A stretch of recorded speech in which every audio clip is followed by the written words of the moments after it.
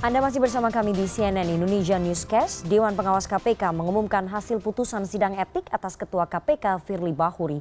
Dewan Pengawas menyatakan Firly Bahuri bersalah melanggar kode etik setelah mengendarai helikopter mewah dari Palembang ke Batu Raja. Meskipun dinyatakan bersalah, Ketua KPK Firly Bahuri hanya dikenai sanksi ringan berupa teguran tertulis 2. ICW mengkritik keputusan Dewan Pengawas yang dinilai tidak masuk akal dan semakin berpotensi menurunkan kepercayaan publik kepada lembaga anti rasuah.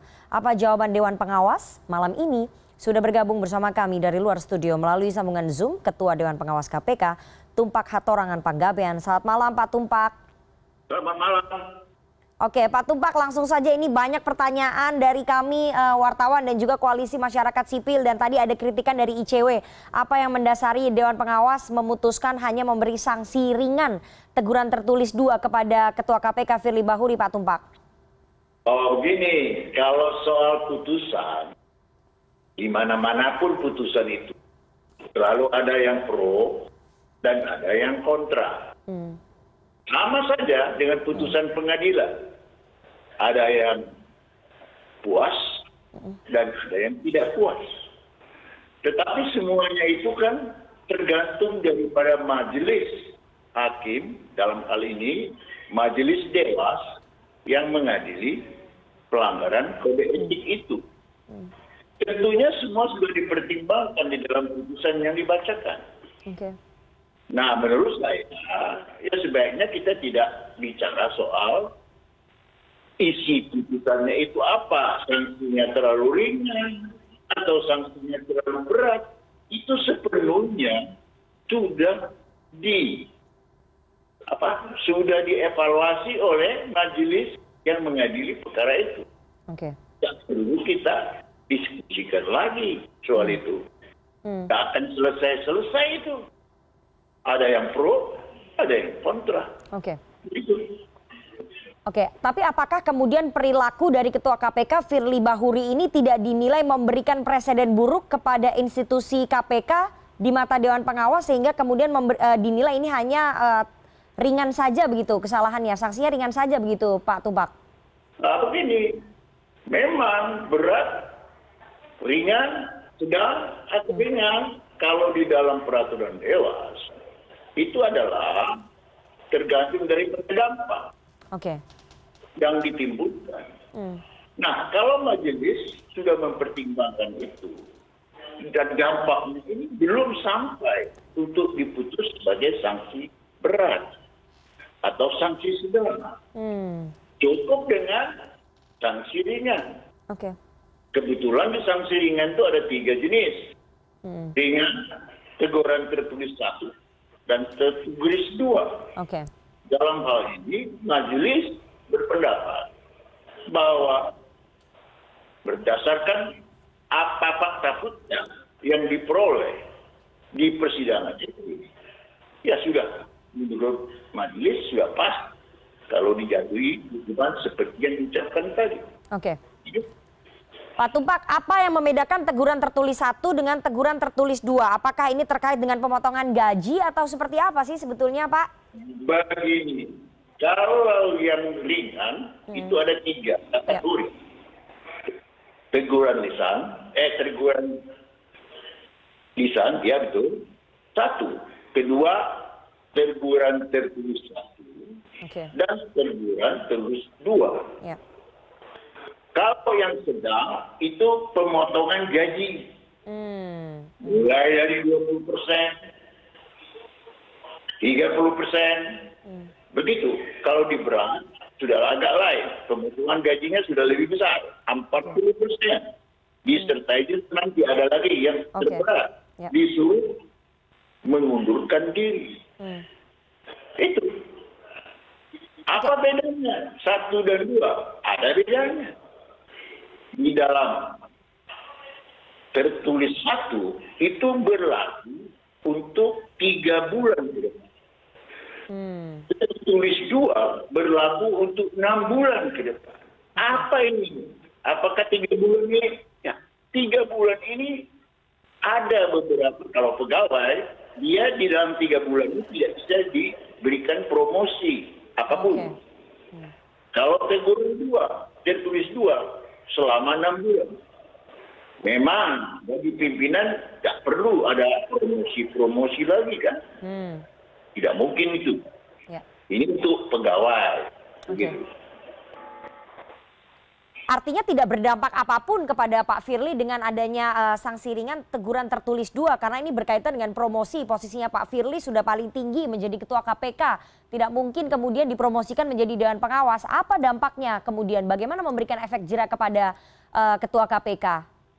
Jangan lupa, kalau sudah ketua KPK, teguran lisan pun sudah berat.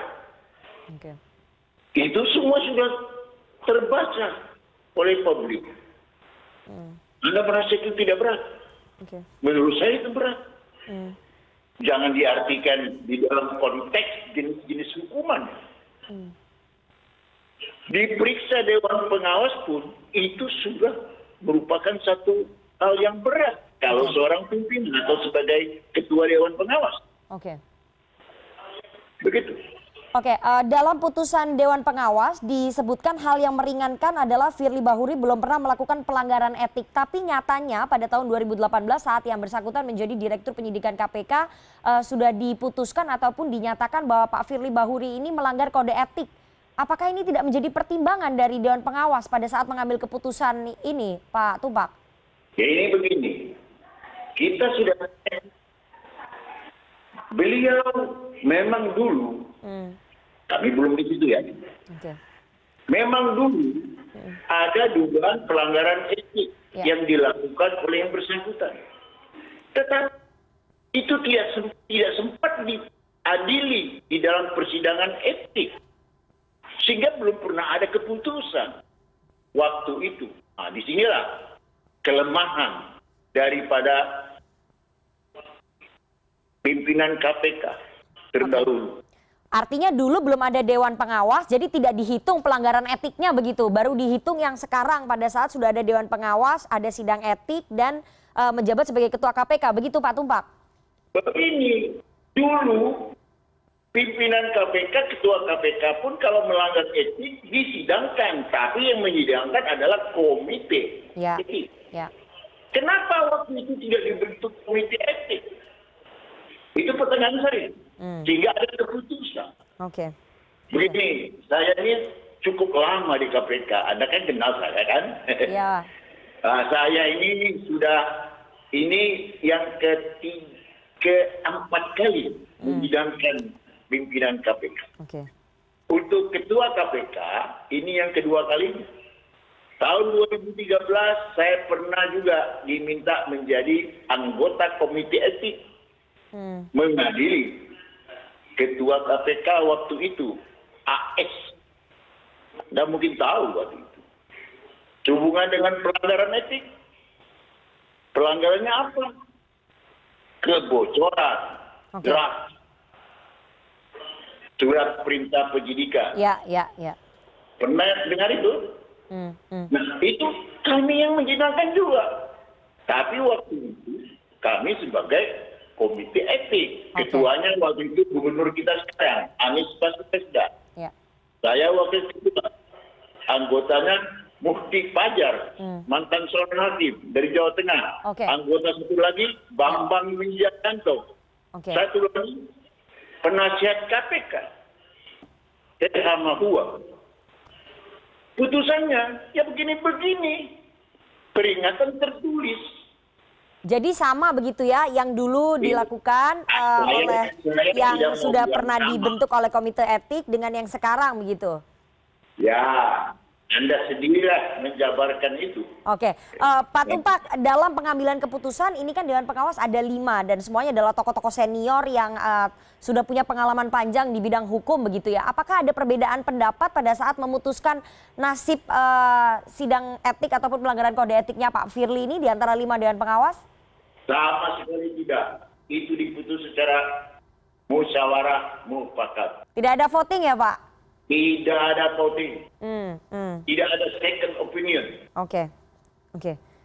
Oke, tapi artinya kelima anggota Dewan Pengawas memang mengakui bahwa perilaku Ketua KPK yang menyewa helikopter mewah itu memang melenceng dari aturan seorang pimpinan lembaga anti rasuah. Itu tidak mencerminkan apa yang selama ini digembar-gemborkan ataupun diatur dalam peraturan KPK harus bergaya hidup sederhana begitu?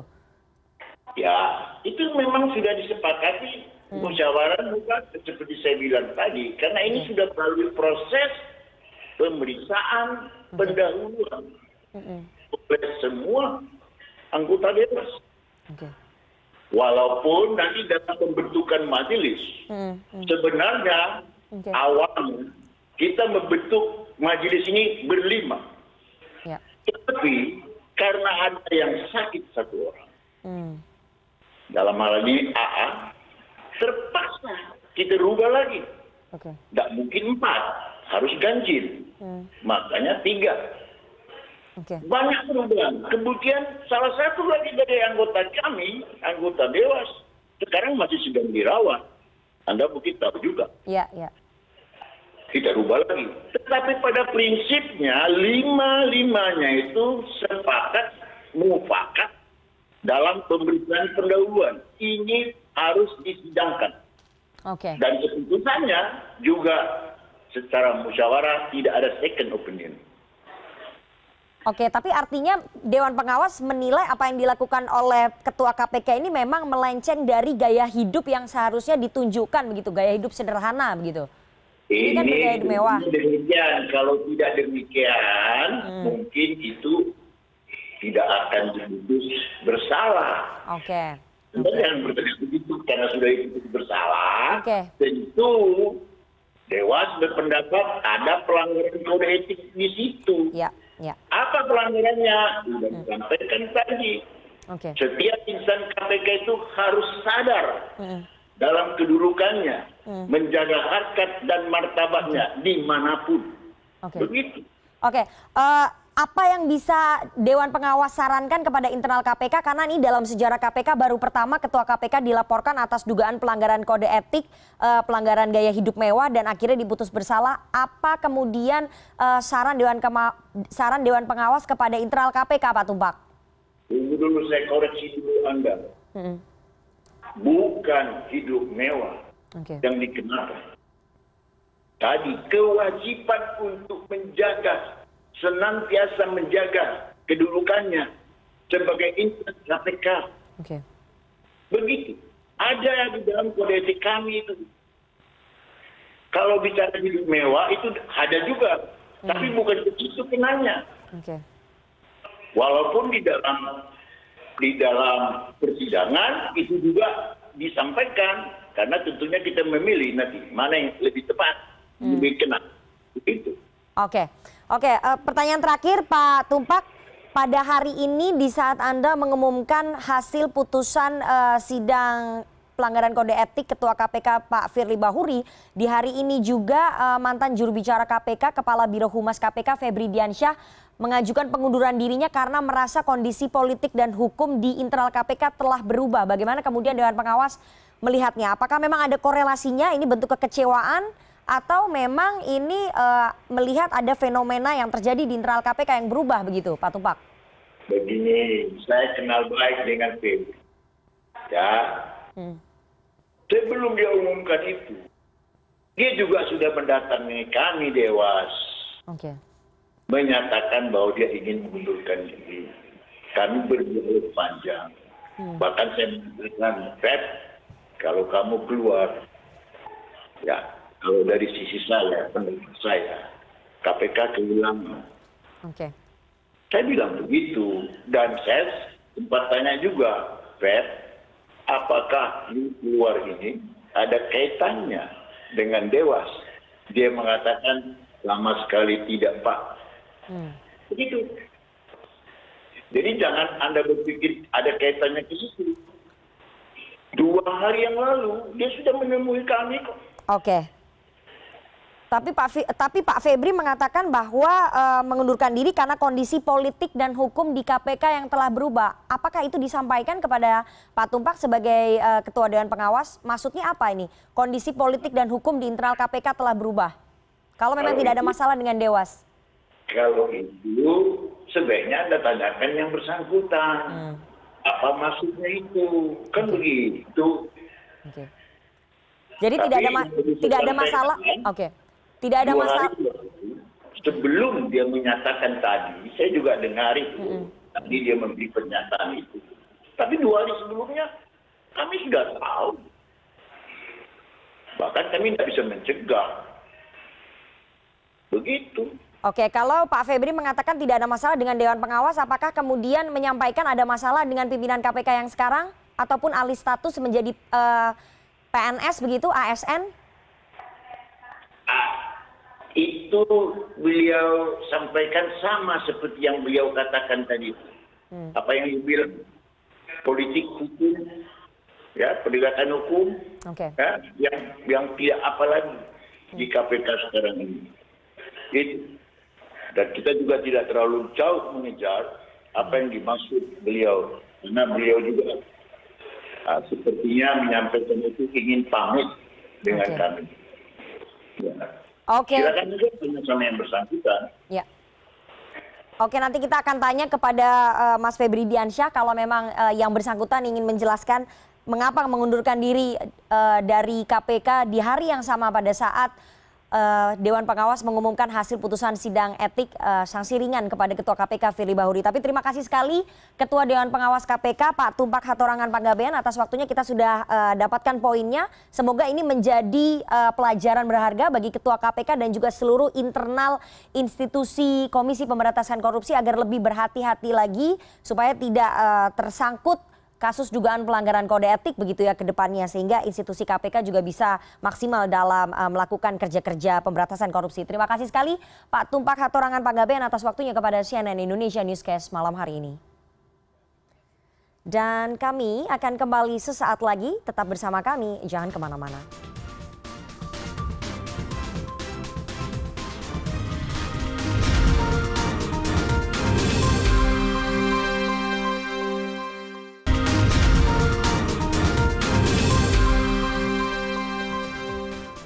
Anda masih bersama kami di CNN Indonesia Newscast. Sidang etik terhadap Ketua KPK Firly Bahuri dengan agenda pembacaan putusan telah selesai digelar pada Kamis pagi. Dalam pembacaan putusan, Firly Bahuri ditetapkan melanggar kode etik terkait penggunaan helikopter mewah. Dewan Pengawas KPK menjatuhkan sanksi ringan kepada Ketua KPK Firly Bahuri. Firly terbukti melanggar kode etik KPK karena naik helikopter mewah saat berkunjung ke Sumatera Selatan. Sidang etik digelar atas tindak lanjut dari laporan Masyarakat Anti Korupsi Indonesia atau MAKI kepada Dewan Pengawas KPK. MAKI menilai ada pelanggaran kode etik Ketua KPK terkait larangan bagi pimpinan KPK untuk bergaya hidup mewah. Agar terperiksa tidak mengulangi lagi perbuatannya dan agar terperiksa sebagai Ketua Komisi Pemberantasan Korupsi senantiasa menjaga sikap dan perilaku. Atas putusan tersebut, Firly pun mengakui kesalahannya. Saya pada kesempatan hari ini, saya memohon maaf kepada seluruh masyarakat Indonesia yang mungkin tidak nyaman.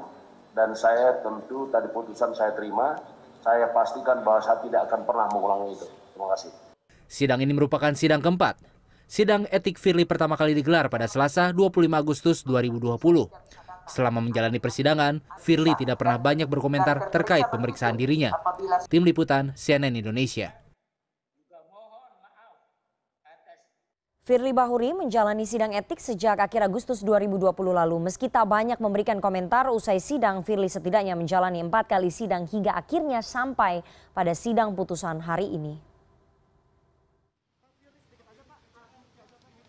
Sidang etik Firly pertama kali digelar pada Selasa 25 Agustus 2020. Firly diperiksa terkait dugaan pelanggaran etik yang dilakukannya. Firly diduga menggunakan helikopter untuk kepentingan pribadi. Sidang kedua berlangsung pada Jumat 4 September 2020. Firly tidak banyak berkomentar terkait pemeriksaan dirinya. Ketiga, sidang digelar pada Selasa 8 September 2020. Sidang etik terhadap para terperiksa digelar secara tertutup. Keempat, sidang putusan etik dilakukan hari ini, Kamis 24 September 2020.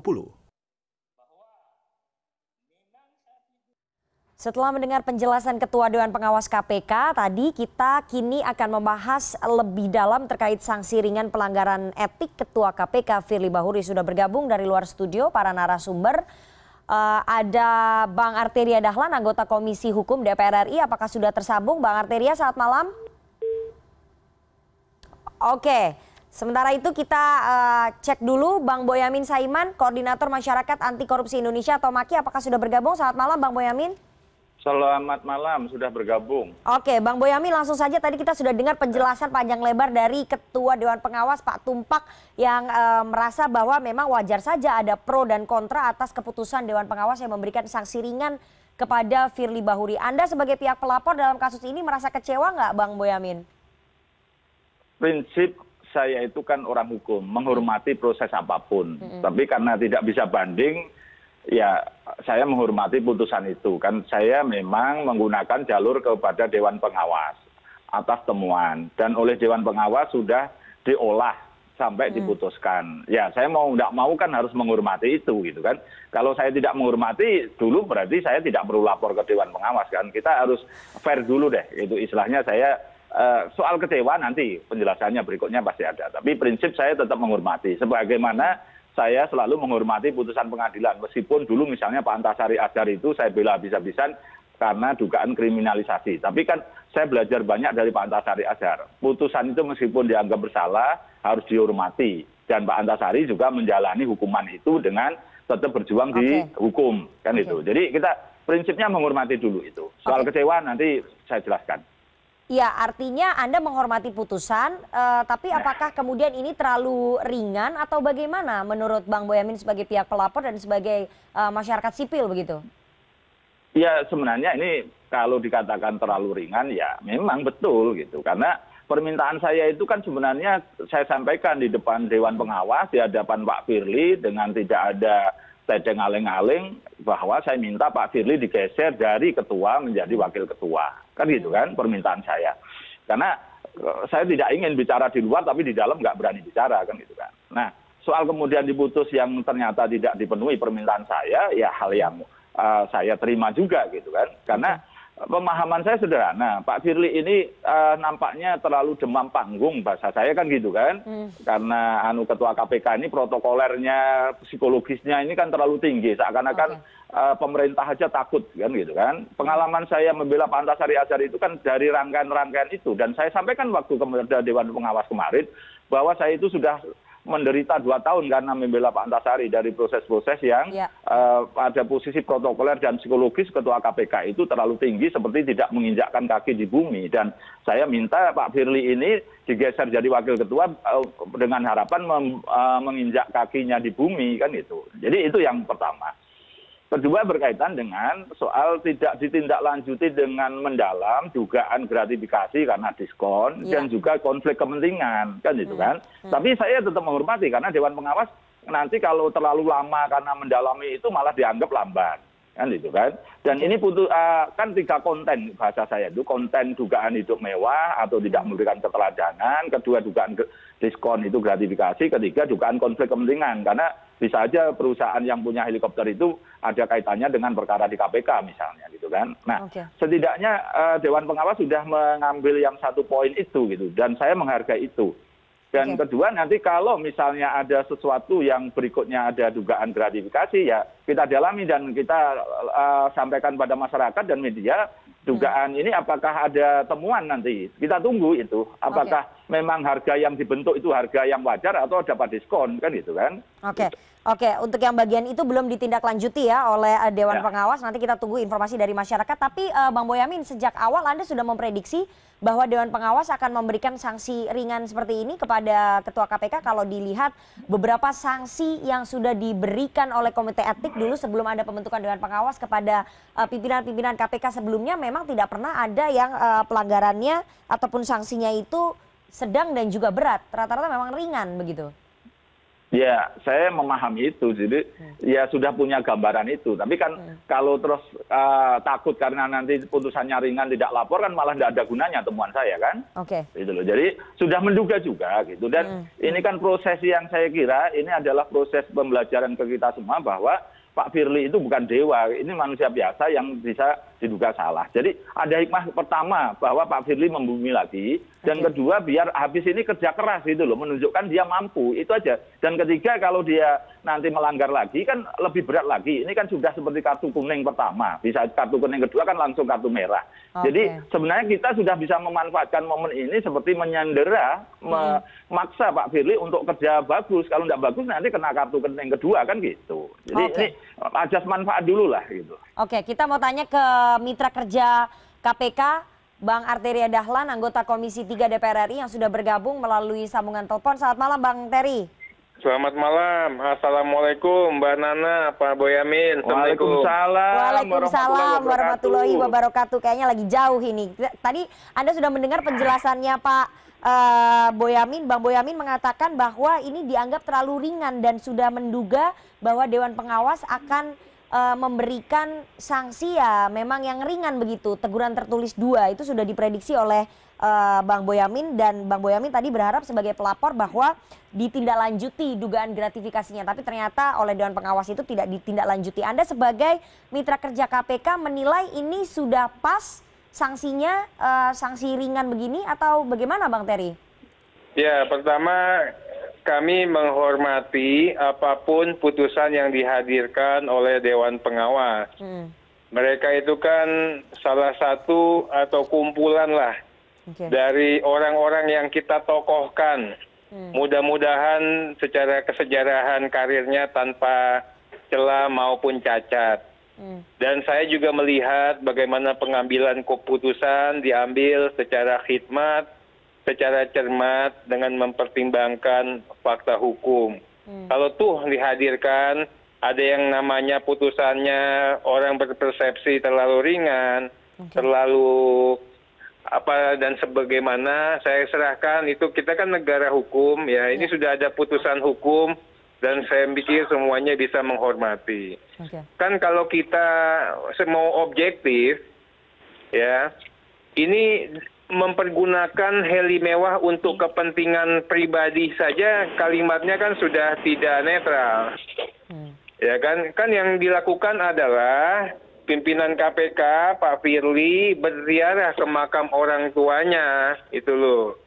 Kalau mau mewah-mewahan dari Jakarta naik heli, tapi yang bersangkutan dari Palembang ke Batu Raja. Saya ini orang Sumatera, sekampung saya sama Bang Firly.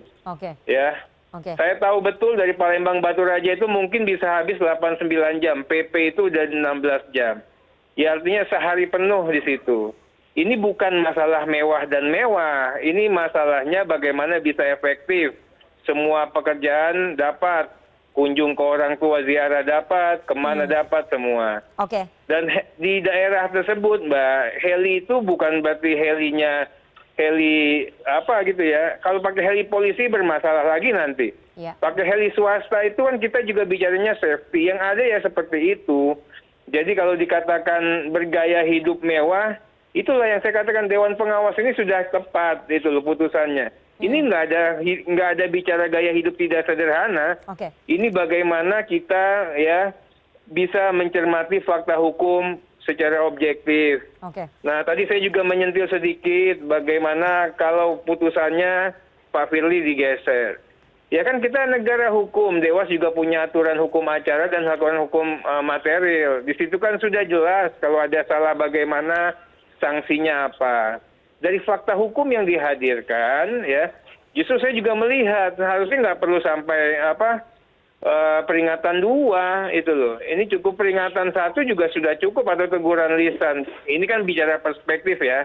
Karena nanti kita juga mohon sekali ya, cobalah mencermati fakta ini secara objektif. Bang Saya Terry, tahu betul Bang Firly seperti apa.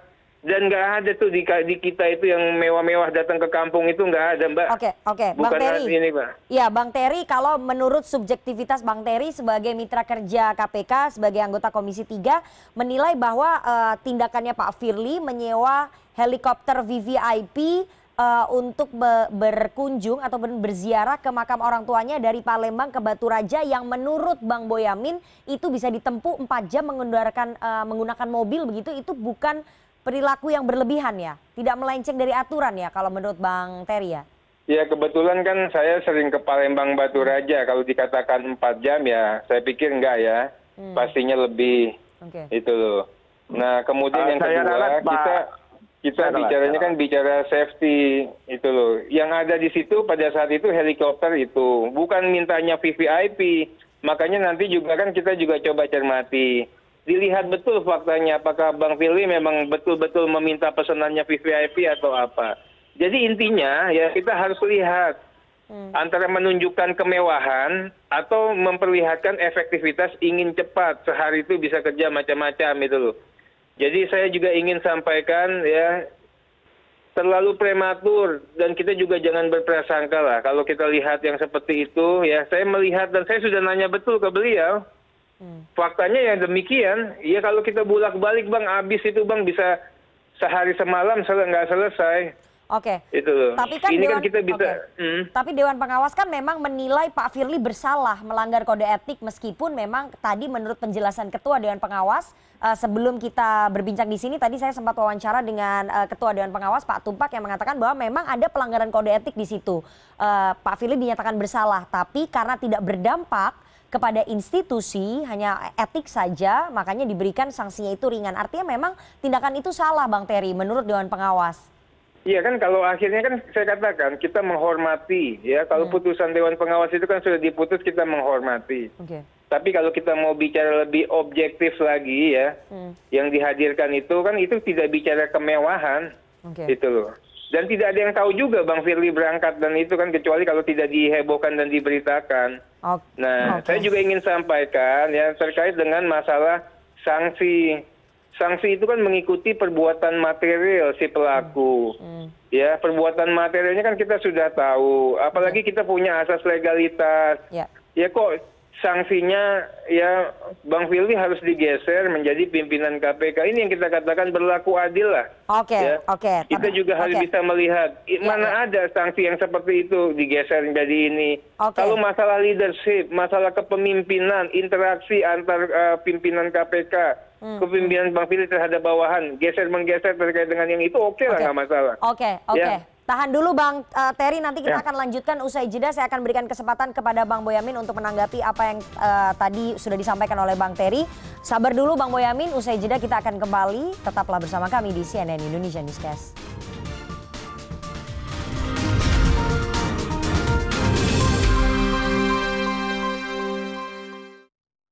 Masih bersama kami di CNN Indonesia Newscast dan kita akan lanjutkan perbincangan kita dengan para narasumber yang bergabung dari luar studio melalui sambungan Zoom. Ada Bang Boyamin Saiman, Koordinator Maki, dan melalui sambungan telepon ada Bang Arteria Dahlan, anggota Komisi Hukum atau Komisi 3 DPR RI. Saya mau ke Bang Boyamin. Bang Boyamin, tadi dari sudut pandangnya Pak Bang Terry, ini harusnya sanksinya ya tertulis saja begitu, tidak perlu yang berat ataupun tidak perlu ringan tapi tertulis 2 begitu. Jadi kalau menurut Bang Terry ya dihormati saja putusannya karena sudah diputuskan oleh Dewan Pengawas. Tanggapan dari Anda seperti apa Bang Boyamin? Saya kira sama, konteksnya kan sama-sama menghormati. Saya tadi kan juga menghormati, tapi kalau perspektif kan ya pasti berbeda kan gitu kan. Saya menghormati sepenuhnya putusan itu. Tapi kaitannya dengan perspektif memang saya kan kalau tertinggi paling berat itu kan diminta untuk mengundurkan diri dari pimpinan KPK kan gitu kan.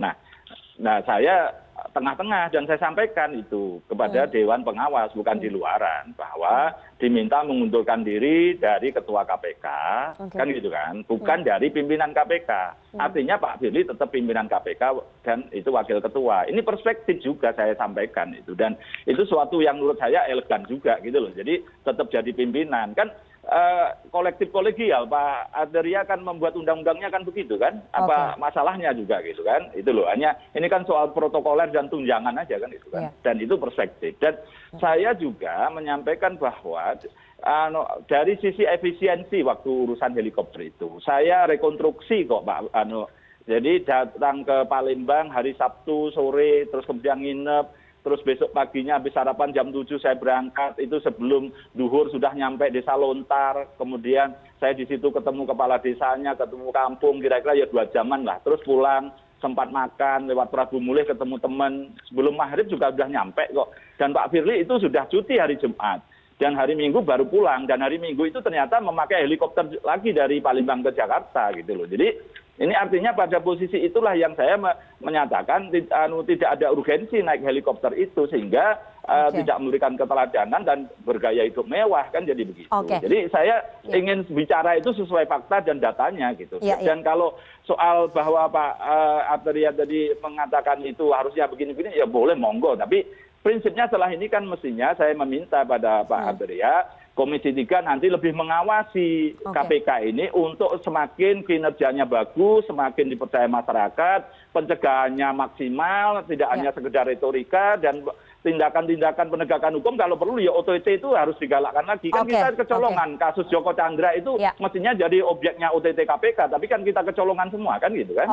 Tapi Bang Boyamin, dengan sanksi ringan tertulis 2 yang diputuskan oleh Dewan Pengawas KPK, apakah ini membuat presiden yang buruk di mata masyarakat, menurunkan kepercayaan publik kepada institusi KPK yang belakangan ini memang menurun?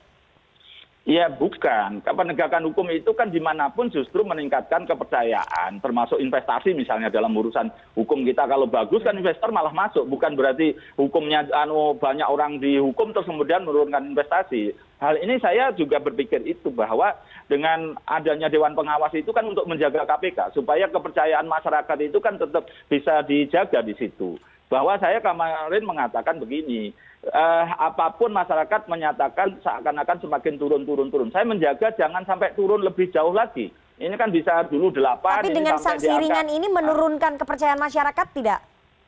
Malah enggak, saya berharap malah kemudian meningkatkan kepercayaan pada masyarakat, pada KPK. Oh ternyata kalau ada pelanggaran itu disidangkan dan dihukum, kan gitu. Sehingga ini KPK ini sekarang ada pengawalnya, ada pengawasnya langsung. Kalau dulu kan seperti kesulitan ini kalau dalam konteks ini. Saya itu termasuk yang setuju bersama Pak Antasari Azhar, ada Dewan Etik yang sifatnya permanen gitu loh.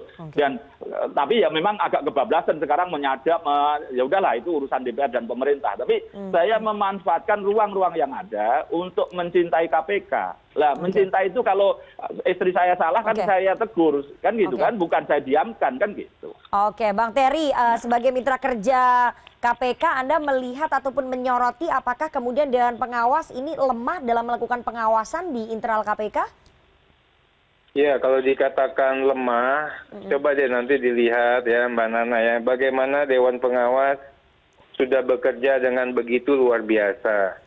Ya, dalam konteks pengawasan, dalam konteks persetujuan sadap atau upaya paksa, saya katakan tidak ada satupun permintaan dari penyidik atau pimpinan KPK yang tidak dikabulkan. Pengawasan begitu efektifnya, bahkan yang seperti Bang Firly ini kan tidak hanya Bang Firly, banyak juga yang diawasi yang sudah menjadi objek pengawasan Dewan Pengawas. Saya tadi apresiasi sama Mas Boyamin. Kalau Mas Boyamin ini kan memang mitra kritisnya DPR. Kita terbantu sekali dalam konteks melihat dari sisi atau sudut pandang yang berbeda. Tapi apapun itu, kami masih berpendapat bahwa pembebanan sanksi itu kan harus proporsional. Pasal 10 ayat 2B Peraturan Dewas KPK nomor 2 2020 sudah mengatur secara jelas. Pertanyaannya, apa iya sanksinya harus digeser? Jadi pimpinan, jadi ketua. Ya saya katakan kalau kita sepakat begitu, apa nggak zalim kita? Nah kemudian juga nggak apa-apa juga persepsinya macam-macam, ini kan namanya kan pengayaan. Tapi yang nggak boleh itu ya kita berprasangka buruk. Nah memang saya juga bincang-bincang dengan pimpinan KPK, dengan Bang Firly. Ya saya melihat ya, ini irisan antara integritas, kompetensi, leadership, ya, dan hal-hal lain sebagaimana diatur di Undang-Undang KPK maupun Peraturan Dewas, ya, itu juga masih doubtable perdebatan. Tapi oke lah, sudah ada putusan Dewas, kita hormatin. Nah yang berikut, ya, yang tahu urgensi, kepentingannya Bang Firly seperti apa, bagaimana, ya dari Jumat sampai Minggu kemudian dia apa, itu kan ya beliau yang bersangkutan. Kalau di value dengan value-nya kita kan juga agak nggak fair ya, tapi nggak apa-apa lah. Ini kan bagi kita ini menjadi bagian pencermatan, dan mudah-mudahan bagi Bang Firly kan, Bang Firly sudah mengatakan tuh, dia katakan kalau ada masyarakat yang tidak merasa nyaman, mohon maaf, dan dia memastikan untuk tidak akan mengulanginya lagi. Saya pikir peristiwa ini tidak hanya terjadi pada Bang Firly, banyak pihak yang mungkin juga akan bisa mengalami hal sama, dan ini pembelajaran yang baik, Mas Boyamin. Artinya dari Komisi 3 menilai bahwa ini harusnya menjadi pelajaran berharga bagi Firly Bahuri sebagai Ketua KPK dan juga kepada seluruh internal KPK supaya bisa lebih berhati-hati lagi begitu, Bang Terry? Ya ini nggak hanya bagi Bang Firly, bagi pejabat publik lah ya.